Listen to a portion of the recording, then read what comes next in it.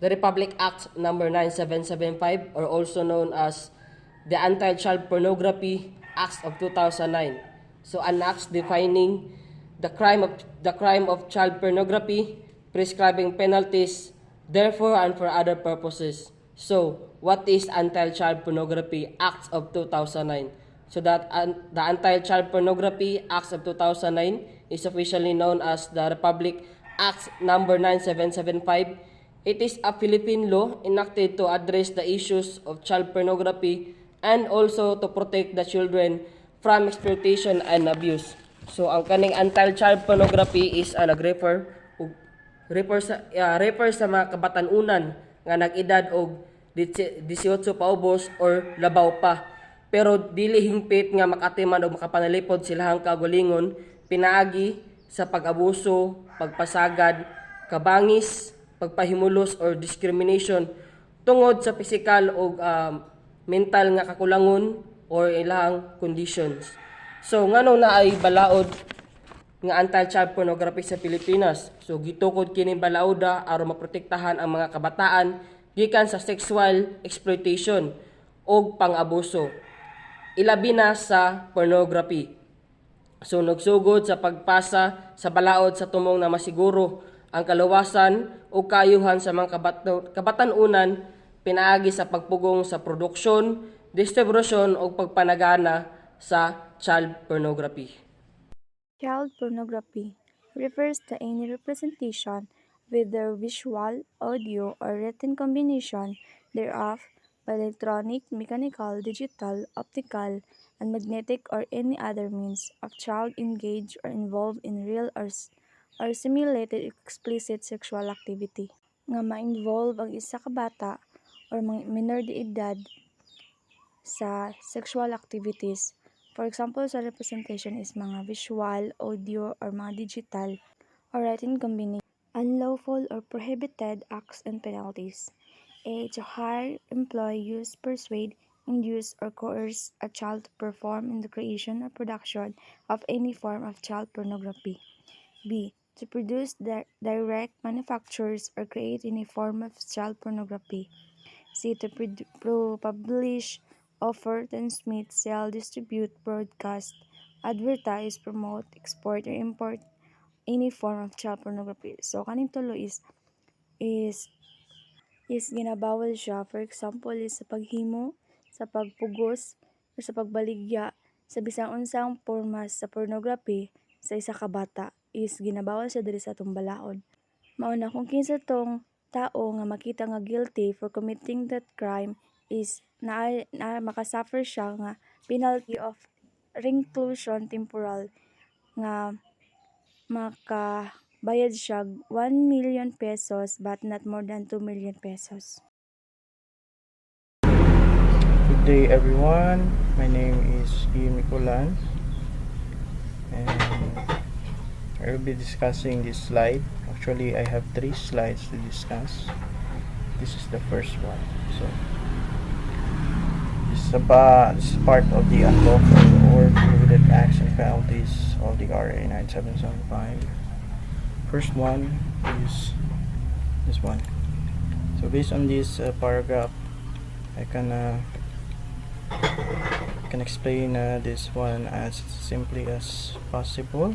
So, this means that if you have any evidence or any articles related to child pornography, and if you are the one who are actually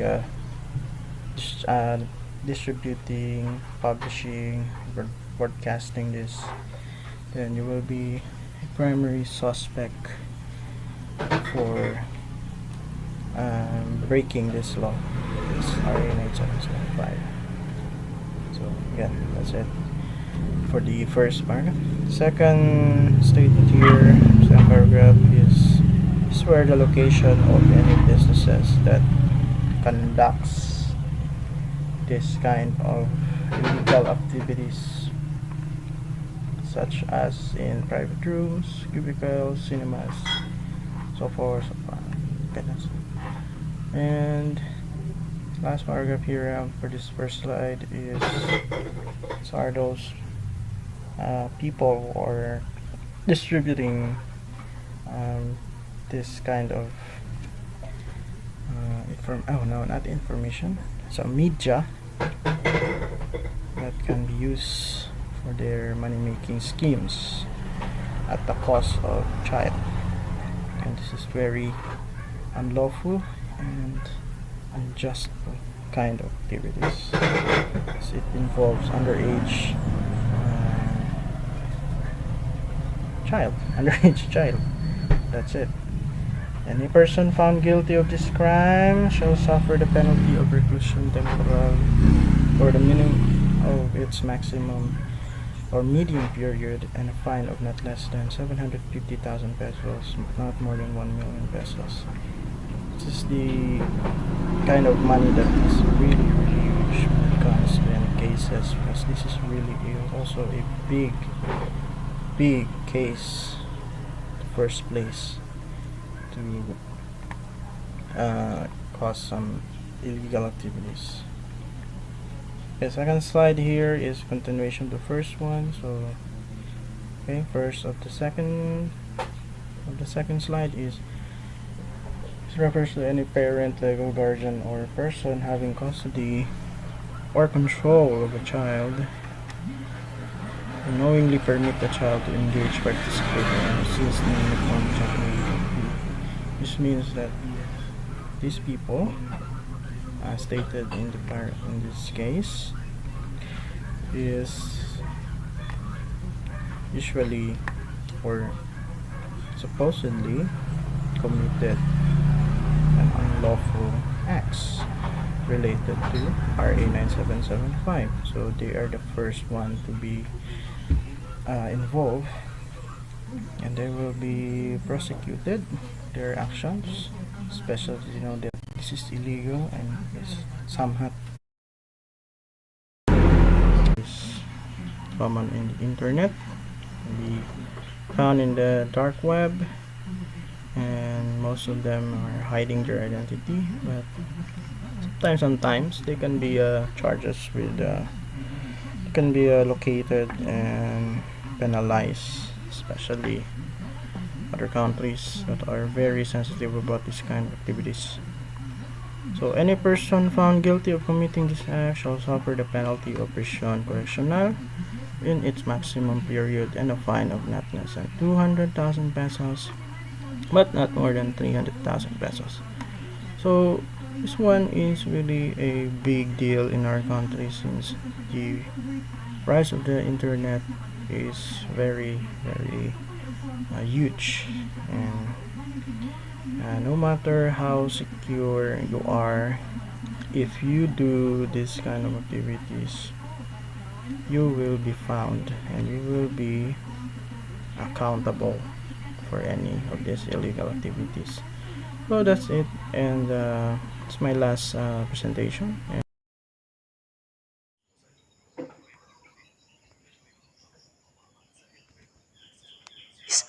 To conspire to commit any of the prohibited acts stated in this section, conspiracy to commit any form of child pornography shall be committed when two or more persons come to an agreement concerning the commission of any of the said prohibited acts and decide to commit it. If anyone found guilty about child pornography is magsuffer or mag-penalty, dili mo ubos sa 100,000 pesos pero dili mo abot og 250,000.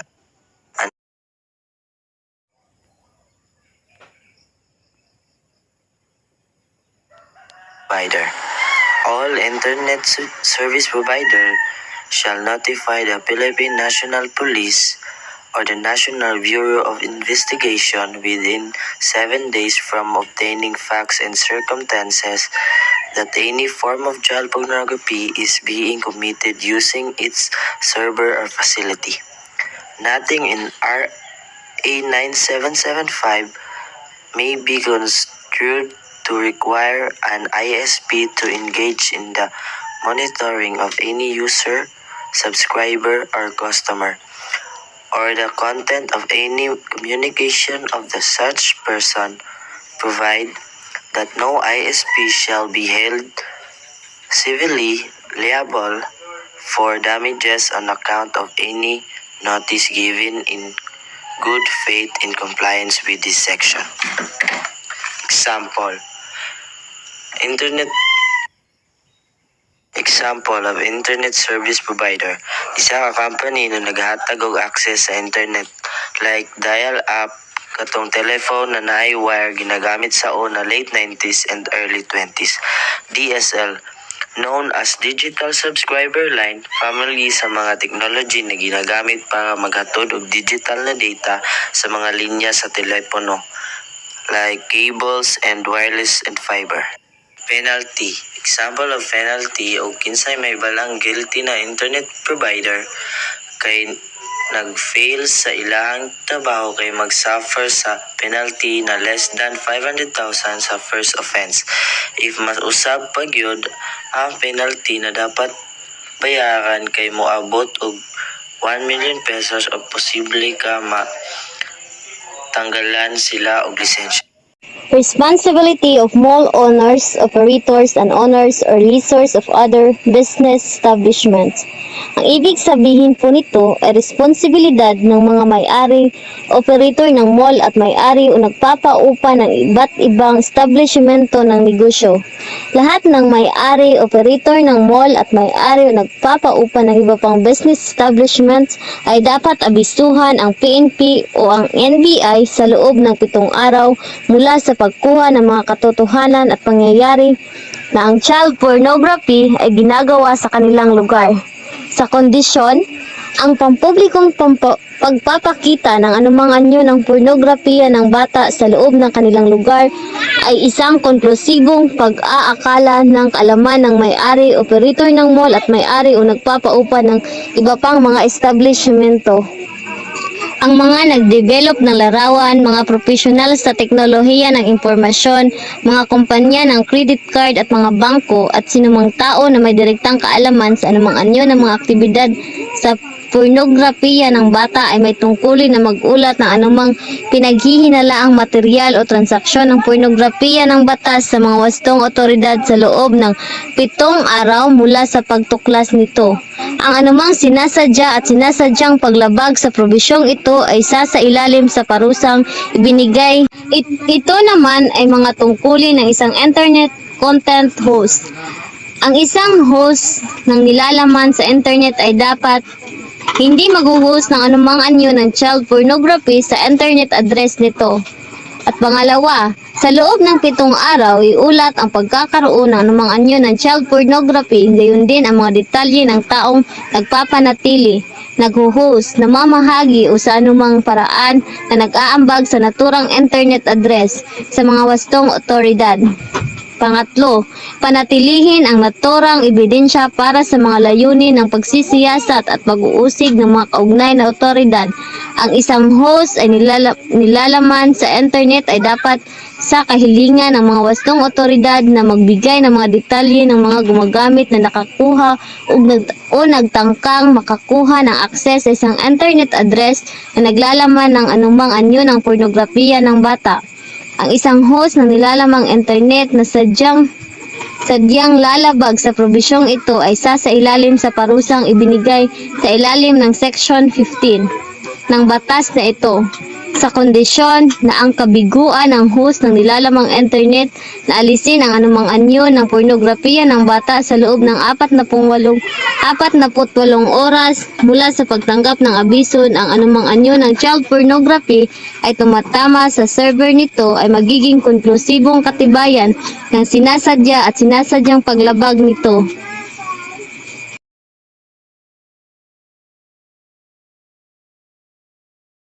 Penalty, ito ay isang kabayaran ng paglabag mo sa act na ito. At ito ay may fines na 1 million pesos but not more than 2 million pesos para sa first offense. At kapag dumarami na po ito, yung mga offenses, nagiging 2 million pesos na po but not more than 3 million pesos. Sino-sino nga ba ang pwedeng mag-complain? First is yung offended party. Ito yung involved sa child pornography. Ito yung mga bata. Second is parents or guardians. Pwede silang magreklamo. And then C, ascendant or collateral relative within the third degree of consanguinity. So ito yung mga relatives mo na pwedeng mag-complaint sa